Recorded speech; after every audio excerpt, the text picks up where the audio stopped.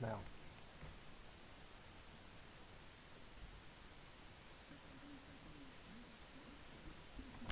Most people in our society today know what our Congress and government is, but some people might not know what exactly all is included in both of these things, and today that's what I'm going to be talking about.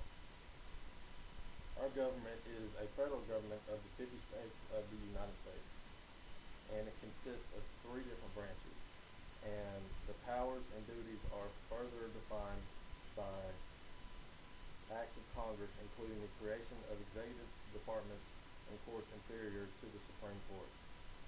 And the first branch of government I'm going to be telling you about today is the legislative branch, and it is comprised of the House of Representatives and the Senate. In the legislative branch, the House of Representatives consists of 435 voting members, in which these members have 2-year terms.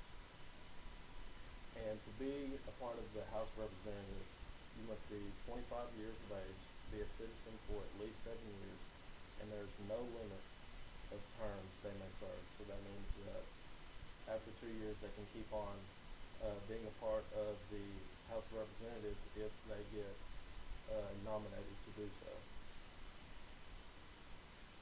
Also, the legislative branch consists of the Senate, which is made up of 2 senators from each state, and each of which serve for a 6-year term.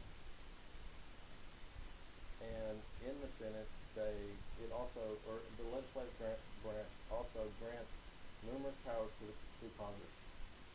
And these powers consist of powers to levy and collect taxes, coin and regulate money, create federal courts, and declare war. And that's just a small list of what they do. The next branch of government I'm going to be telling you about is the executive branch. And the executive branch consists of the president and the vice president. The president is both the head of state and the military commander and chief diplomat. The president can sign laws passed by Congress into law or veto it, which prevents it from becoming a law. The president is limited to 4 years, but can serve another 4 if reelected after those 4 years for a second time. The president is in charge of our 1 million active duty military personnel and 600,000 postal service employees. And he is also in charge of over 5 million different organization members. And to me, by looking at that, that is a lot of people to be in charge of and really be the boss of every day for however long this president serves. The president must take care that the laws be faithfully executed and preserve, protect, and defend the Constitution. The vice president is the second highest executive official. He becomes president upon death, resignation, or removal of the president,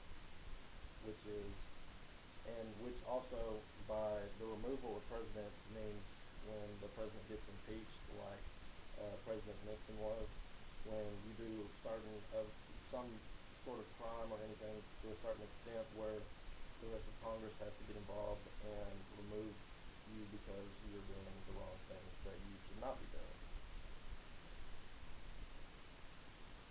Also, he is given the right to also break a tie when voting for the Senate, or the Electoral College to say. The third and final branch of government I'm going to be telling you about is the judicial branch, and it consists of 13 courts of appeals, 94 district courts, and 2 courts of special jurisdiction. The president, in which appoints members of the Supreme Court, and they hold their position for life.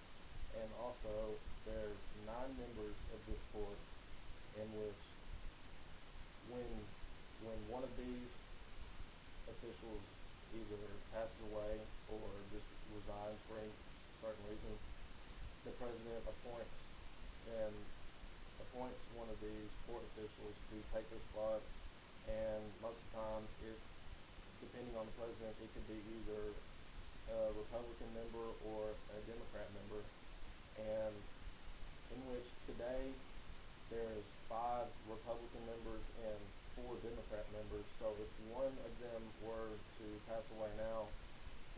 who the president will be if it was Barack Obama today, as it is, he would more than likely put a Democratic member in there to have his views and his say-sos be voted on for him. And they mostly review cases that have been appealed from lower courts, in which an example would be the Gideon trial. When he didn't get a fair case, he took it all the way from the lower courts all the way to the top to where these 9 members are, and he got it reviewed.